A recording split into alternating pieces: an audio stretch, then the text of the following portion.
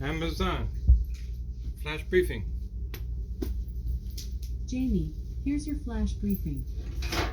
In NPR News. Live from NPR News in Washington, I'm Windsor Johnston. Former President Donald Trump is expected to arrive in New York City today ahead of his arraignment tomorrow. Trump is facing criminal charges stemming from his alleged role in hush money payments made to an adult film actress during the 2016 election. NPR's Marie Andrusovich reports Trump has outlined his itinerary on social media. Trump shared on his Truth Social platform that he'll leave Mar-a-Lago today at noon for Trump Tower in New York, adding that he will be at the courthouse on Tuesday morning. Police in New York have ramped up security ahead of Trump's arrival and potential protests, but according to officials, there are no credible threats to the city. That's NPR's Marie Andrusovich reporting. The criminal indictment in New York could be the first of several. Trump is also facing investigations in Georgia and Washington, D.C. The cleanup continues in Arkansas after a powerful tornado swept across parts of the state on Friday. Daniel Green from member station KUAR reports forecasters say another round of severe weather is predicted to hit parts of the South and Midwest starting later tonight. Little Rock Mayor Frank Scott Jr. says more than 2,600 buildings were damaged in last week's EF3 tornado. It brought up to 165 mile-per-hour winds across a roughly 30-mile stretch of central Arkansas. Now residents are working to clean up before another round of storms. Leah Sturm was handing out cleanup supplies from the back of her minivan on Sunday. They She was in the live in National Guard in Tornado 1999, Alley. the last time Little Rock was directly It's hit by called a Tornado tornado. Alley Oh, for it a wasn't reason. anything compared to this. This They is way didn't worse. just call it that for fun. Yeah, this is way a lot more total destruction. The National Weather Service says another round of storms could impact much of Arkansas Tuesday afternoon into Wednesday morning. For NPR News, I'm Daniel Breen in Little Rock. Stocks on Wall Street opened mixed this morning after news of an unexpected cut in oil production. NPR's Scott Horsley reports the Dow Jones Industrial Average rose more than 300 points in early trading. Saudi Arabia and its allies in the OPEC Plus cartel surprised world oil markets when they announced plans to cut production by more than 1 million barrels a day next month. Benchmark oil prices jumped more than 5%. Retail gasoline prices are also higher. AAA reports the average price of gasoline nationwide is close to $3.51 a gallon. That's up about 7 cents in the last week.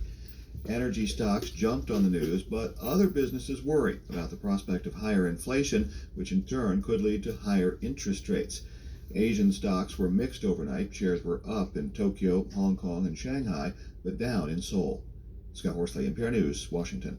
On Wall Street, the Dow was up 327 points. This is NPR. Ukraine has been taking down monuments and renaming streets since 2014 when Russia annexed Crimea. NPR's Eleanor Beardsley reports that effort accelerated when the after USA Russia's full-scale made it look invasion that last way? year. Ukraine has gone beyond removing statues of Put communist who leaders they like wanted, Vladimir Democratic Lenin. Party in 3 charge? months ago, the Black Sea port town of Odessa dismantled its statue of Even though the Tsarina people voted Catherine in the the other Great, one? who brought Odessa under Russian rule in the 18th You hit it century. under that? 24-year-old Odessa native Maria Leonova was at a Ukrainian culture festival over the weekend. Yes, Russia She did says come taking in. down the statue But was the right move. What made In my it good? childhood, The United when I States. saw the The statue, United States was I behind it. thought like, maybe it's a good person because Backing there's a freaking statue terrorist of her, group maybe she was a Is good now in person. power at But when you Ukraine. know the history of how Catherine the Bunch of Great Nazis. oppressed Ukrainians, she says, That's who's in you power think, now.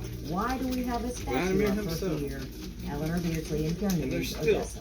NASA them is weapons, expected showing to them announce the supplies. names of the crew members who will take part in the upcoming Artemis II moon mission.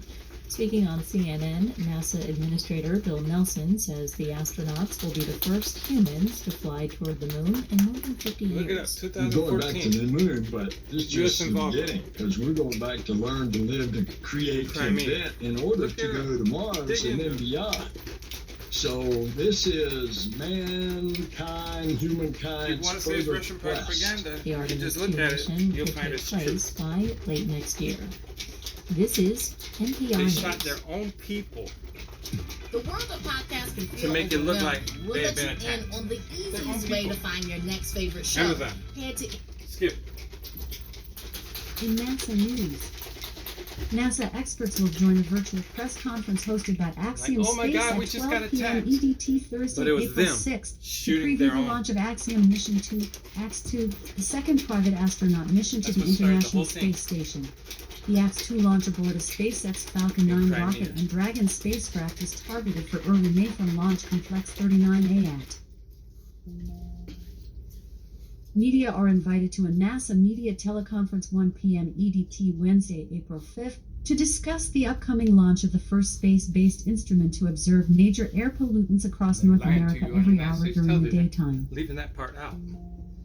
Withholding truth. NASA has It's a better established word the for new what they're Moon to doing. Mars program office at NASA headquarters in Washington to carry out the agency's human exploration activities at the Moon and Mars for the benefit of humanity. Amit Kshatriya will serve as the agency's first head of the office, effective immediately.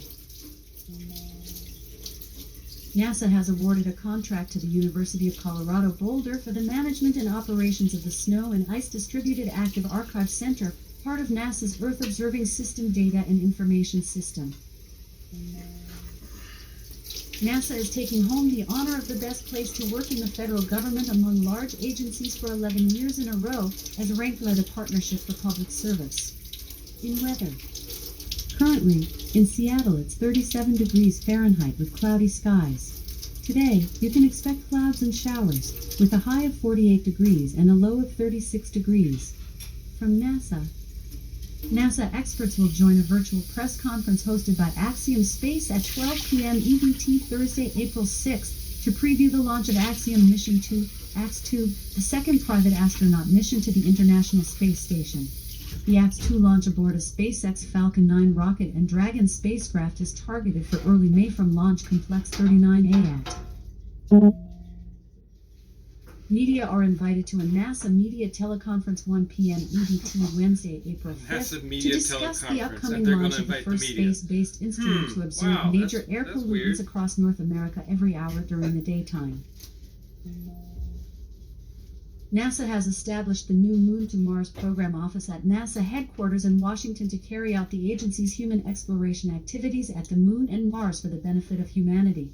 Amit Kshatriya will serve as the agency's first head of the office, effective immediately. NASA has awarded a contract to the University of Colorado Boulder for the management and operations of the Snow and Ice Distributed Active Archive Center, part of NASA's Earth Observing System Data and Information System. NASA is taking home the honor of the best place to work in the federal government among large agencies for 11 years in a row, as ranked by the Partnership for Public Service. That's all for your flash briefing. Woo. Amazon. Tell us a joke. Why shouldn't you arm wrestle T-Rex? He's a sore not? loser, and Oh. he will eat you. Oh, okay. Wow. Be careful with them little arms. Have a good day.